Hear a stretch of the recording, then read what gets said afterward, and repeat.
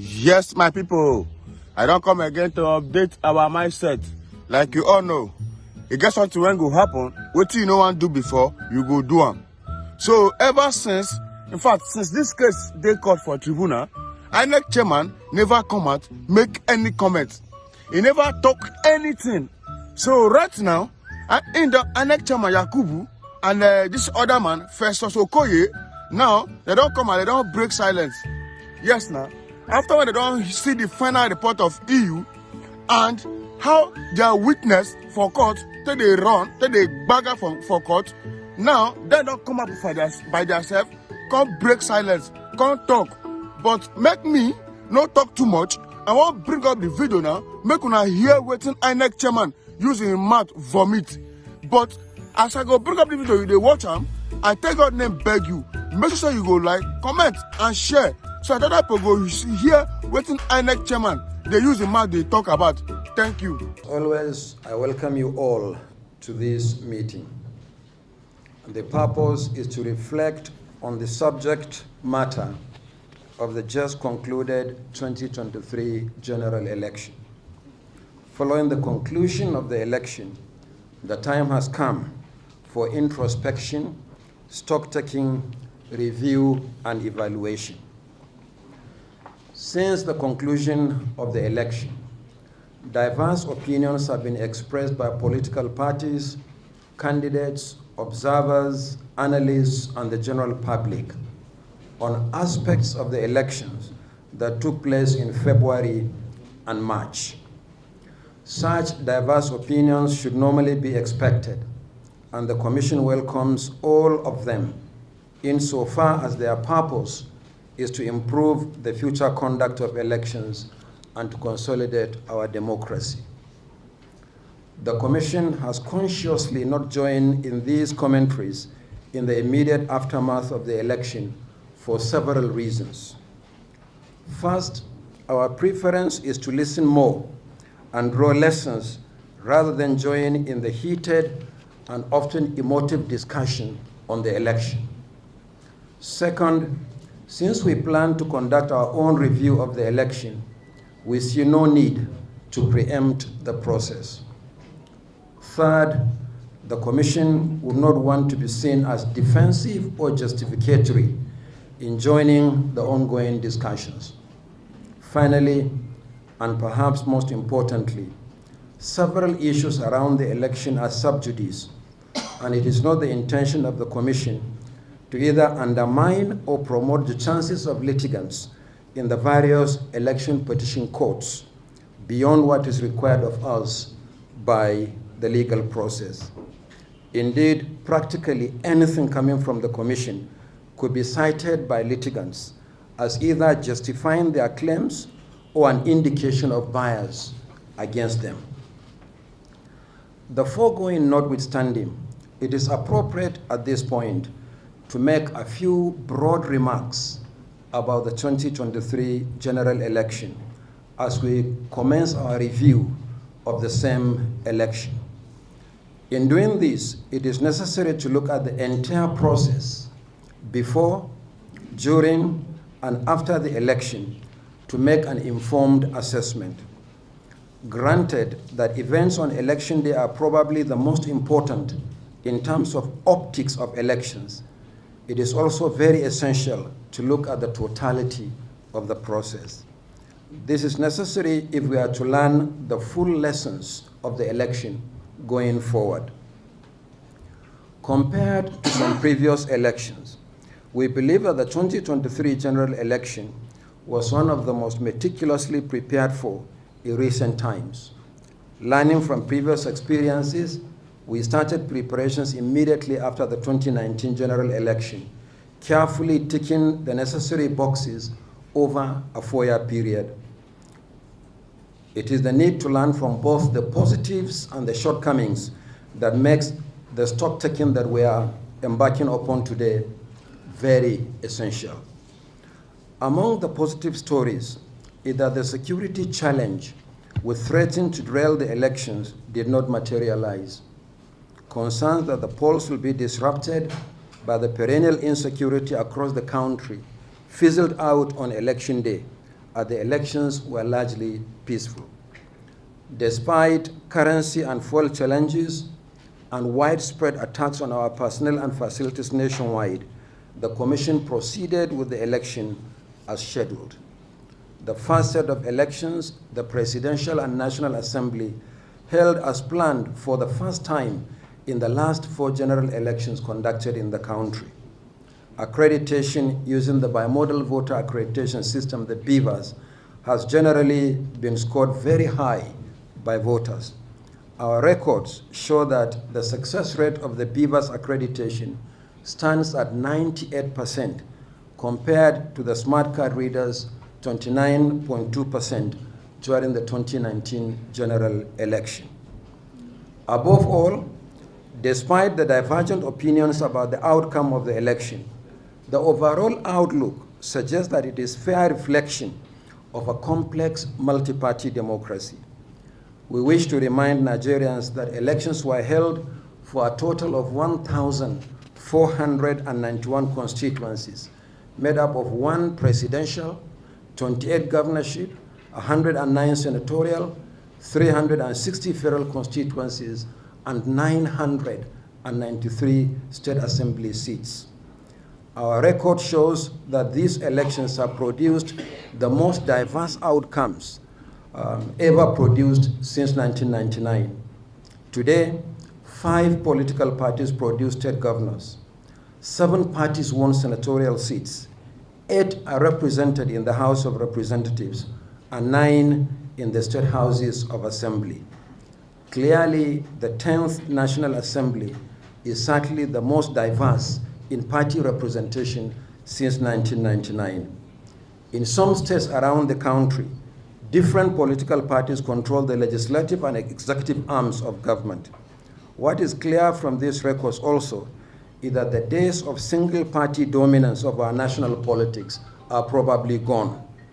Furthermore, many prominent candidates lost in the constituencies they contested, and political parties lost in some of their presumed strongholds. Still, we must acknowledge that there were some challenges which were structural, infrastructural, and human in nature. Indeed, it is in furtherance of our determination to address the challenges as we prepare for future elections that the Commission is commencing its post-election review engagements today. We are presently looking at all the evidence of infractions during the election, including the prosecution of electoral offenders. We are looking at the activities of all actors involved in the election, including some of our high-ranking officials. I can confirm that the Nigeria Police concluded its investigation of the conduct of our resident electoral commissioner in Adamawa State and submitted the case file to us. Appropriate action will be taken in a matter of days, and Nigerians will be fully informed. I can also confirm that we have received 215 case files from the Nigeria Police following their arrest and the conclusion of investigation into electoral offenses arising from the 2023 general election.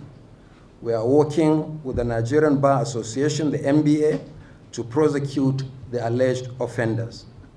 Already, the Bar Association has submitted a list of 427 lawyers across the country who have volunteered to render pro bono services to the Commission. They are not charging legal fees, but by mutual agreement, the Commission will provide a token amount to cover for filing fees and other expenses. We are grateful to the Nigerian Bar Association. We are grateful to the Nigerian Bar Association and its president, Yakubu Mekeu, Senior Advocate of Nigeria, for this historic collaboration. Similarly, we are working with the Economic and Financial Crimes Commission and the Independent Corrupt Practices Commission on the prosecution of cases relating to vote buying and associated violations. In the next few weeks, several internal debriefing meetings will be held, culminating in engagements with stakeholders.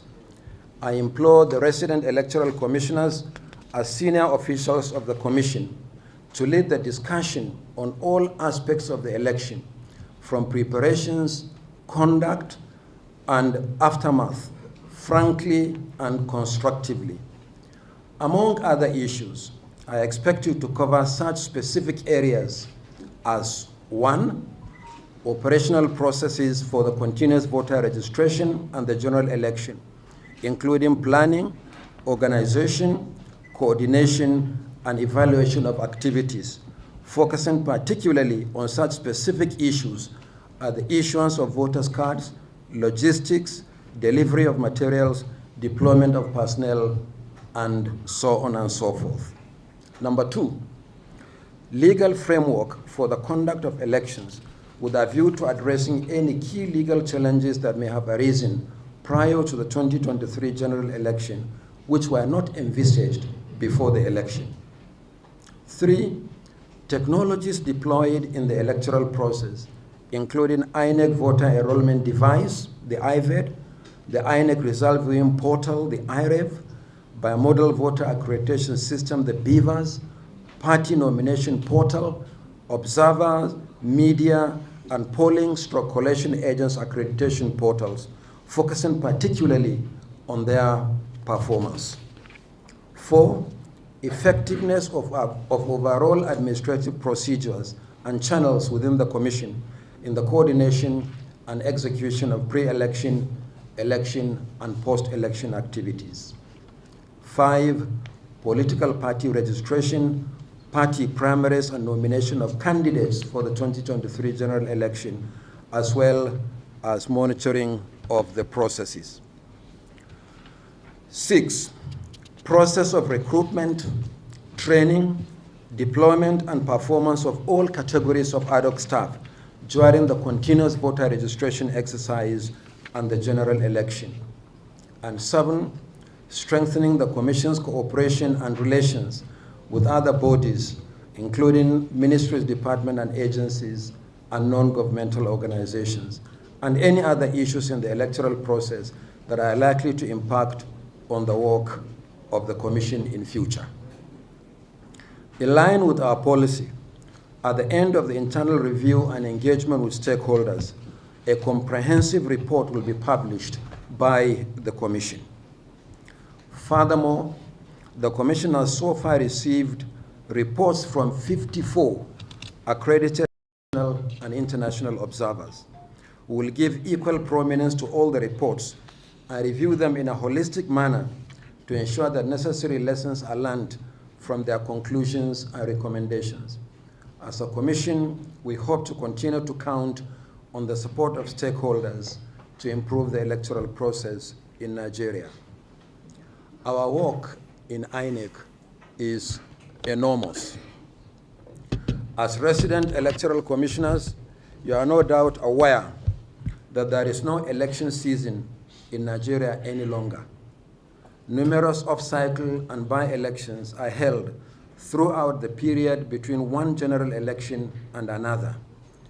Even as we commence our review of the conduct of the 2023 general elections, and barely a few weeks after the inauguration of the National and State Houses of Assembly, we are already confronted with 4 by-elections as a result of resignation in the case of Surulere 1 Federal Constituency of Lagos State and death in respect of Jalingo Yorozing Federal Constituency of Taraba State, Chibok State Constituency of Borno State, and Chukun State Constituency of Kaduna State.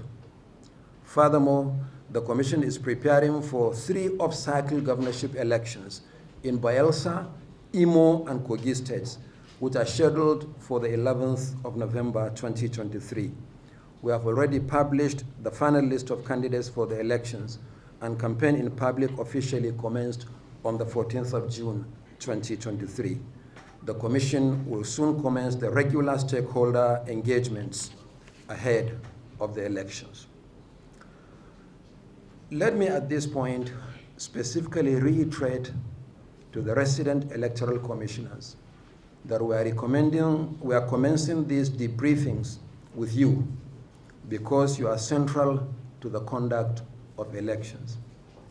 Many of you performed very well during the general election under extremely challenging circumstances. I commend you for that. However,